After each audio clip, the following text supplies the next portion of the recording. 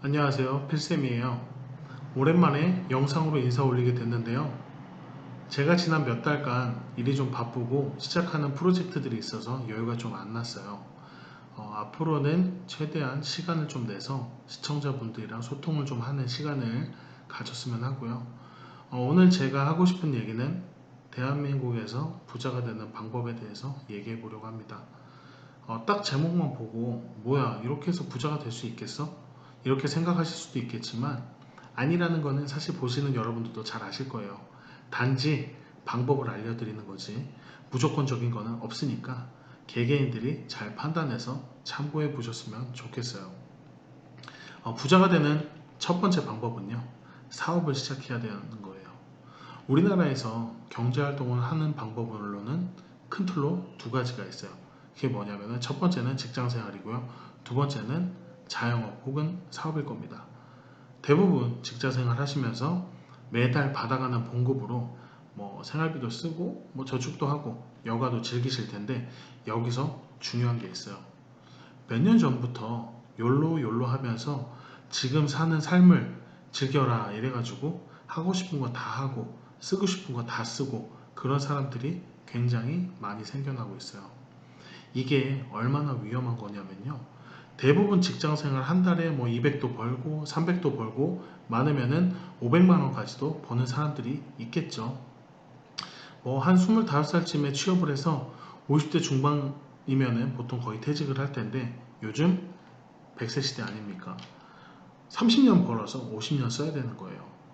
30년 버는 거는 고스란히 다 모으냐? 그것도 아니고 급여의 대부분 생활비 혹은 여가 생활로 다 써버리고 사실 모으는 거는 그렇게 크지 않을 텐데 이걸로는 부자가 될 수 있을까요? 절대 없겠죠. 그나마 쓸 거 안 쓰고 저축이라도 잘해서 겨우 뭐 이제 퇴직금 합해가지고 노년까지 생활비로 쓰는 사람들은 그나마 다행인 겁니다. 욜로 하다 보면은 진짜 나중에 나이 들어서 어떻게 될지 큰일 날 수도 있어요. 특히나 1년에 물가 상승률이 평균적으로 4%라고 가정했을 때 11년 뒤면은 돈의 값어치는 반토막이 나는 건데 그냥 모으는 것만으로는 답이 있는 게 아니에요. 그래서 직장 생활 하시는 분들은 잘 벌어서 거의 다 모아야 본전치기. 만약에 그게 아니다 싶으면은 지금이라도 사업을 준비해서 시작해야 된다는 겁니다. 사업은 성공하면은 부자가 될 수는 있어요. 물론 실패할 가능성이 훨씬 많습니다. 솔직하게 말씀드리면은 중타만 치더라도 일반 봉급자 생활보다는 뭐 괜찮은 생활을 충분히 하실 수 있으실 겁니다. 대신에 충분한 정보 수집과 요즘 트렌드와 흐름을 잘 알아야 할 거고요. 그거는 뭐 너무 당연한 얘기겠죠. 부자가 되는 방법 두 번째는요. 투자를 해야 됩니다. 아까 잠깐 언급해 드렸지만 1년에 평균적으로 물가 상승률이 4%라고 가정했을 때 은행 예적금 그리고 기타 다른 투자 방법들로 인해서 그만큼의 연 이율을 올릴 수 없다면 오히려 마이너스가 되는 겁니다. 돈의 숫자는요 미세하게 올라갈 수 있을지언정 가치는 그만큼 그보다 더한 하락이 있기 때문에 모아있는 돈의 4% 이상의 연수익을 내야 최소한 본전치기라도 하는 거고요. 서울의 부동산 오름세를 합치면은 그보다 더합니다.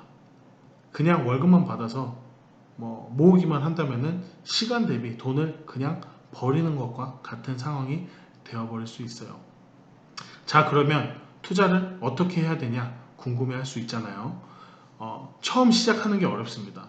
뭐라도 해봐야 되는 거예요. 뭐 소액으로라도 뭐 주식을 하든지 뭐 가상화폐를 하든지 아니면은 뭐 마진거래 뭐 돈이 좀 있다 그러면 부동산 뭐 그리고 기타 여러 가지 투자 상품들이 많이 있어요. 뭐 은행이라고 뭐다 믿어야 될 것도 아니고요. 처음 들어봤다고 해서 모두 사기이거나 문제되는 건 아닙니다. 뭐 최근에 은행에 DLF라는 펀드 상품이 있었죠. 뭐 영국 환율에 투자하는 펀드 상품인데 이게 전체 청산이 돼버리는 상황이 발생을 해버립니다. 사람들은 은행에서 하는 투자 상품이라서 다 믿었지만 귀한 돈을 다 날려버려가지고 문제가 생기게 돼버린 거예요. 모든 투자 상품에는 리스크가 존재하고요. 안전한 투자는 없습니다. 누구든 조심을 해야 되고요. 투자하고 이제 경험이 뒷받침돼야 된다고 생각을 하고요. 조심하며 투자를 해야 되는 게 가장 중요하고, 그리고 말씀드렸다시피 경험이 반드시 뒷받침이 돼야 되는 겁니다. 또한 분산 투자는 선택이 아니라 필수 사항인 거고요.